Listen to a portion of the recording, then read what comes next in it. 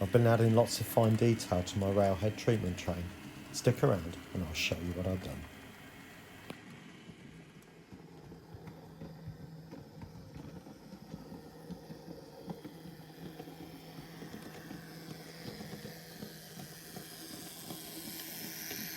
Right, welcome back. Now what I've done is I've literally just taken a piece of wire and bent it over and obviously drilled a hole in the top just by these little locator parts, and then glued it in with some PVA because that's gap filling. And then I've gone ahead and put the wire on that one. It does look a little bit ropey, but when there's a strip of card or something down the edge, which there's like a guard on the actual thing, so once that's on, it should hide all those issues. But then I've used that one to create a template drawing, so I've got another one then, so I can just mold the wire or shape the wire straight to that and just keep repeating that. So what I'm going to do then is drill the hole obviously in that one, and there's two there, so obviously this one's going in the top one. So, right, so I've got an appropriate size drill bit, and I'm just going to locate it in those little bits there. Just spin it round, and the drill bit does have to be fairly sharp for these, otherwise you'll be there for quite a while. The top one of those into that bit there. That's gone straight through pretty much. I'm just going to keep it going just a bit longer. There we go, and ease it out. So we've got the holes there and there now, okay.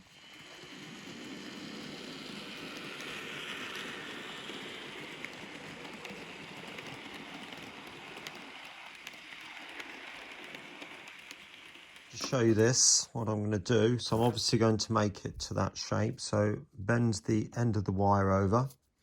Now I am leaving it slightly angled because it's easier to get in. If you bend it too much like that shape from the beginning, you end up distorting the shape of the metal to get it into the actual positions, if you know what I'm trying to say.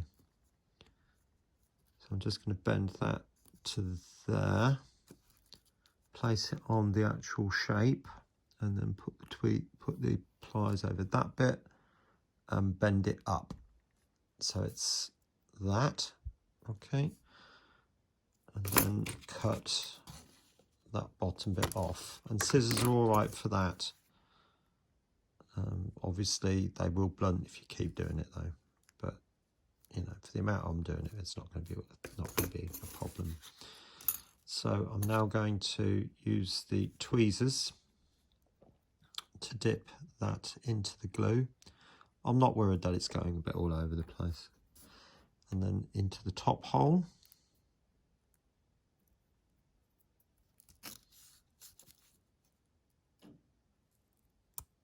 Like that. And then into the bottom hole. Just grabbing hold of the wire. I think the thing is, when you scratch building something, it's all swings and roundabouts. You never really know. That's better. You never really know how it's all going to turn out.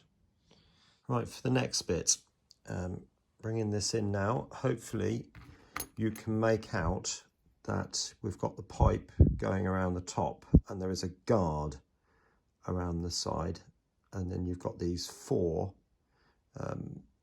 brackets. So I hope you can see those and that's clear enough. So that's what we're aiming at. Now this is Fiddly, I'm not going to lie, and that's the one I'm going to apply this to. Now you'll see here I've cut off a strip which is around about 1 millimetre wide.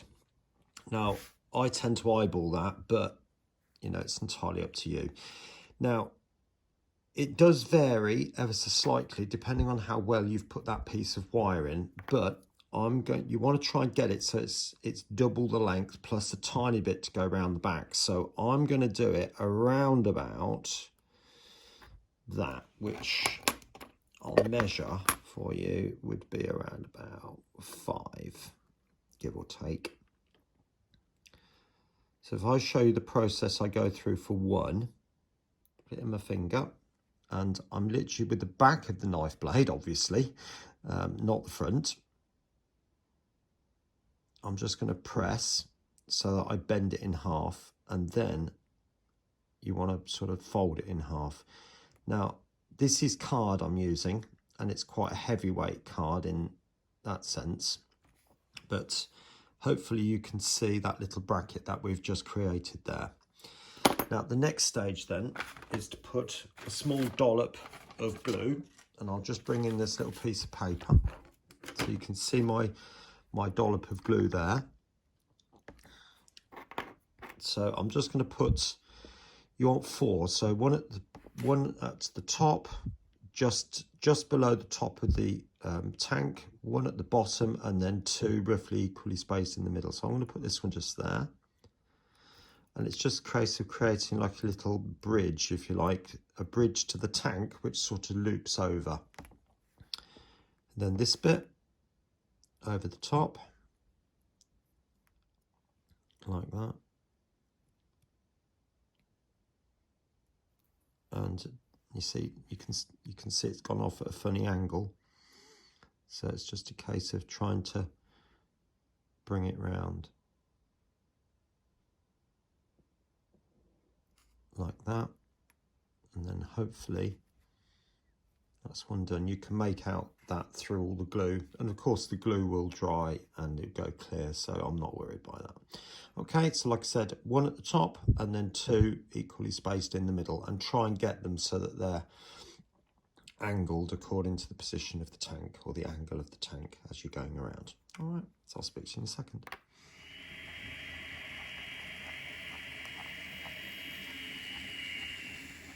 Right, so that's where we are with that. Okay, now obviously it's covered in white glue and that will dry clear, so I'm really not worried by that. Make it all nice and solid. What I did find you have to do from time to time is that the parts tend to spring out a little bit, so you have to go in with the tweezers and gently just close them up. So there's one come undone there, so I'm just going to go in like that and just close it up like that, and then just check sideways to make sure it's at the right angle, if you like. Yeah, and that's okay. All right, I don't suppose it matters too much in this scale, but I don't want it to look wrong. Now, there is a guard that goes over the end of the pipes, if that's what it is, but that's why. So 12mm like that.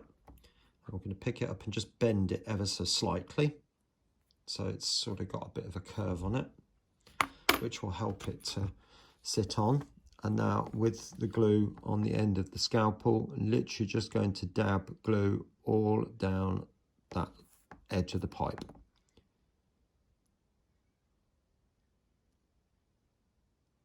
Like that. Okay, it does look a bit of a mess, and again, it will dry clear. And then literally just sit that on. Now, what I'm more concerned about here is making sure that it's on, if you like, as in hugging the edge of the pipe that it's covering, and it's also central and level and sort of square, if you like. Now that one isn't quite, so I'm just going to nudge it over a tad.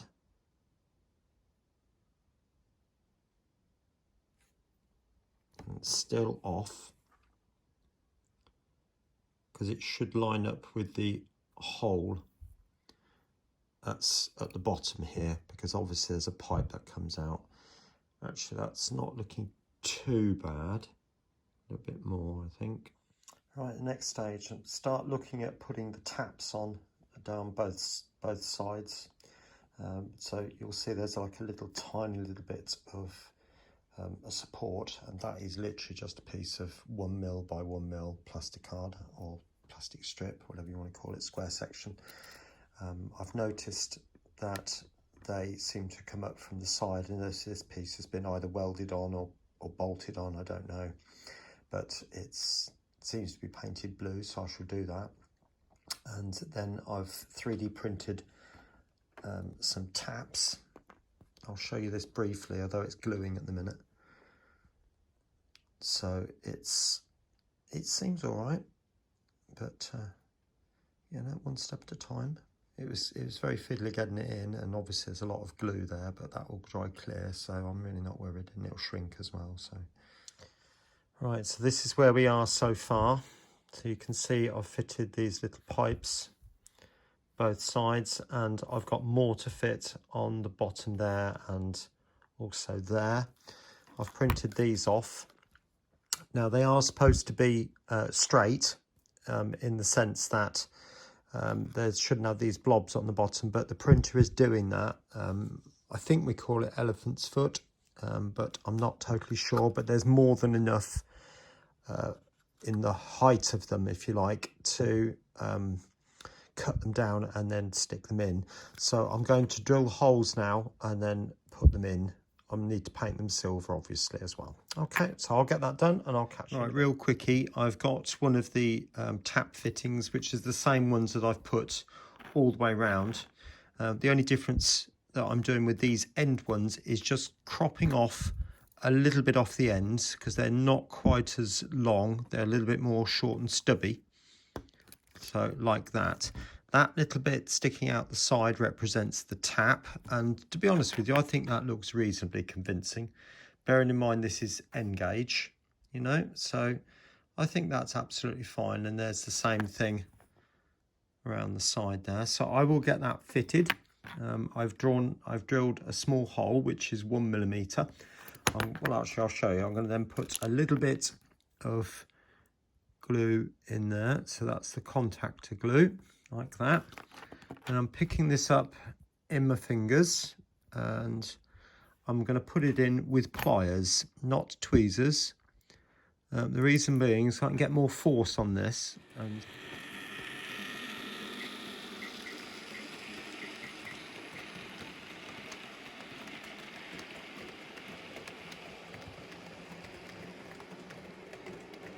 so as far as I'm concerned, that these are now pretty much finished.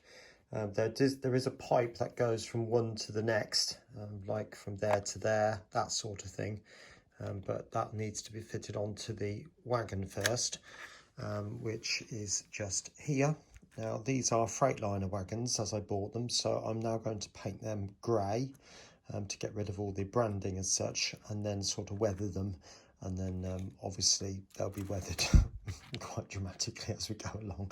All right, so I'll speak to you in a minute once I've done that. Right, so I've painted these spine wagons grey. So what I'm going to do now is just give them a wash over with some Nuln oil, and not particularly carefully as such, but just letting it streak down so it's just blobbing on.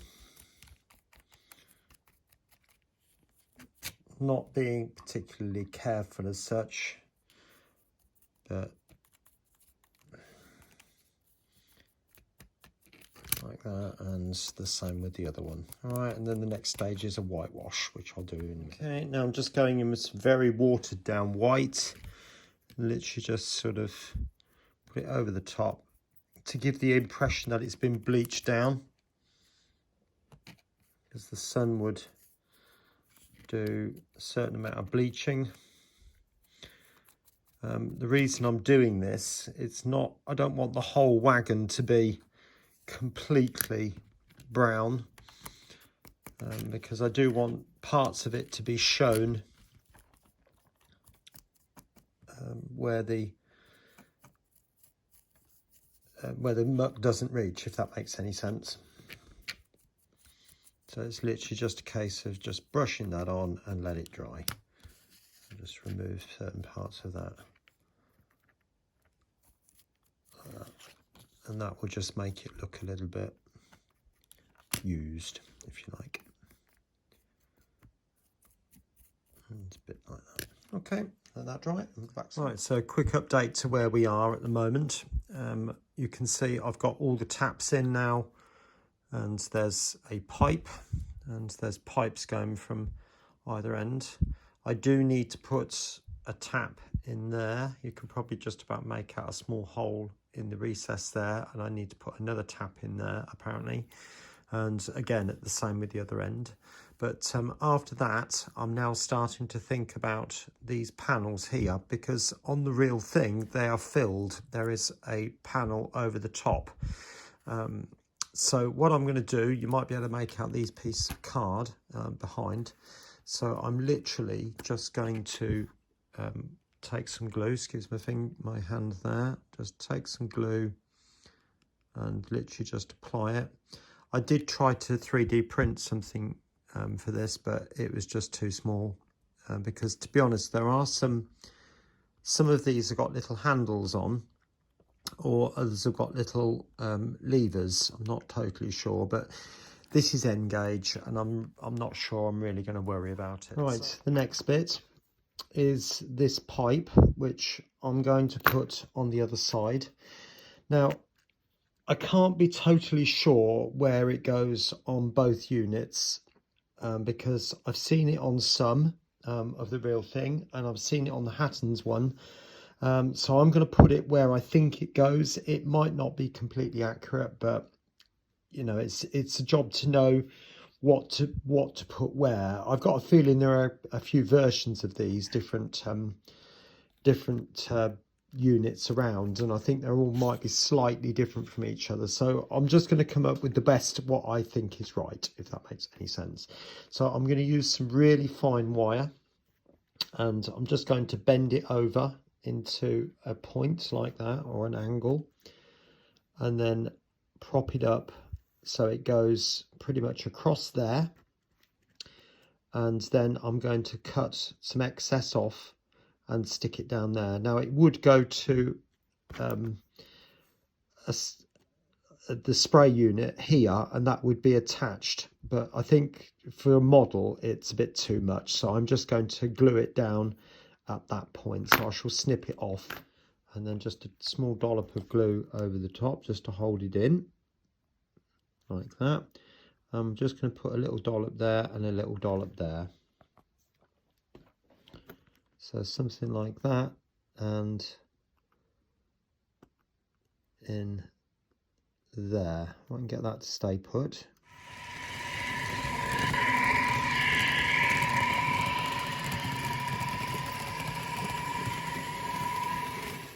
Right, hopefully you can see that now. I've put the pipes on underneath, and I've also fitted these steps. Now, I did try and 3D print these steps, to be honest with you, but they came out such a mess.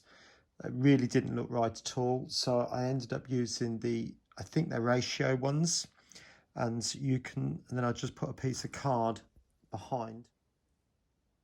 Like that. So hopefully that's clear, but I think that looks quite effective, and as long as it glues straight and steady, it should be absolutely fine.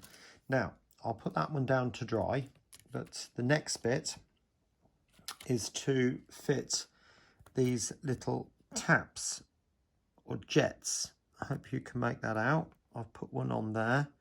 Now that, and I'm pointing to this little bit here, is a pinhead. And you think, what? Well, I'll show you what I mean. A dressmaker's pin, but obviously there is an element of danger here because however careful you are, it'll shoot off. So I'm going to try and hold it and then stick the pin down into the board. So I'm using just side cutters and snip so that the pin has launched itself into the cutting mat, and you are left with that. Okay, so what I'm going to do, and this is incredibly delicate, is to put a little dob of PVA there like that, spin that round and just put it on like that. Now what I'm going to do is just nudge it up. So hold the bogey, or try and hold the bogey so you can still see, of course. Just nudge that up.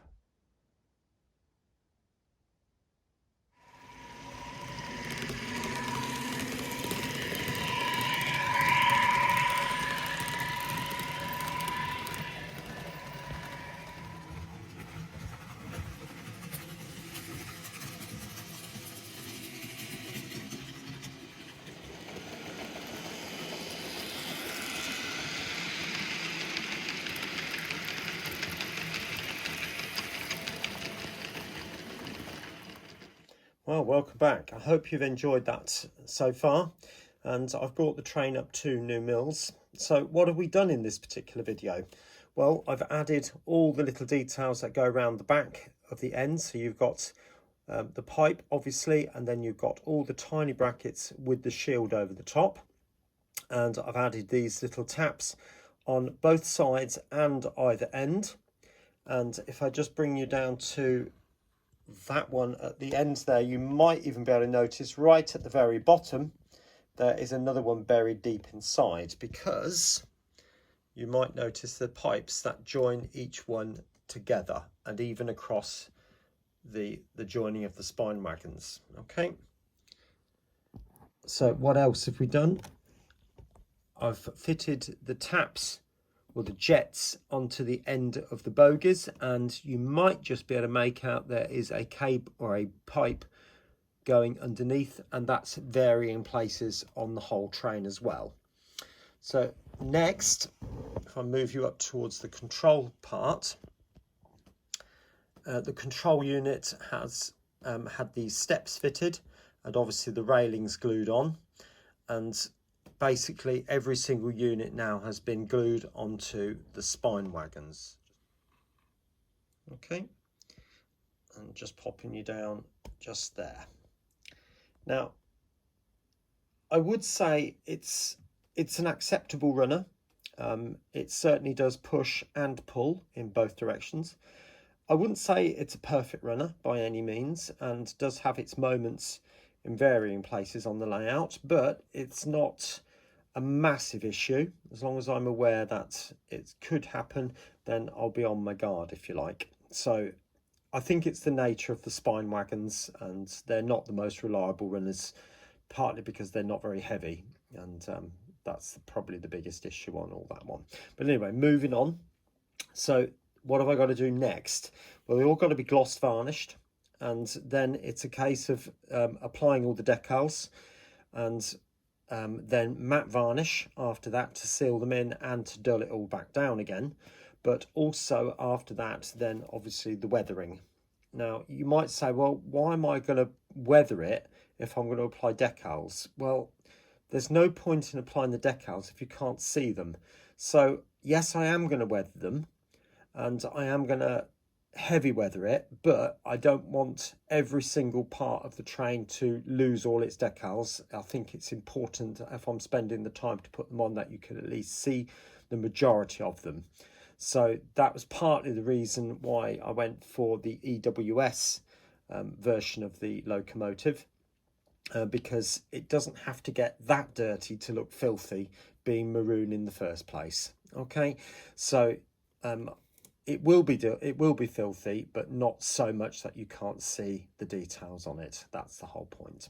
Okay, so I'm going to finish the video there. There's going to be two more videos appearing on your screen just up here, and please do take a look at those right to the very end, and I'm hoping you'll find those very interesting and inspirational, and I'll catch you again very, very soon here on Piccadilly. Take care of yourself, and bye for now.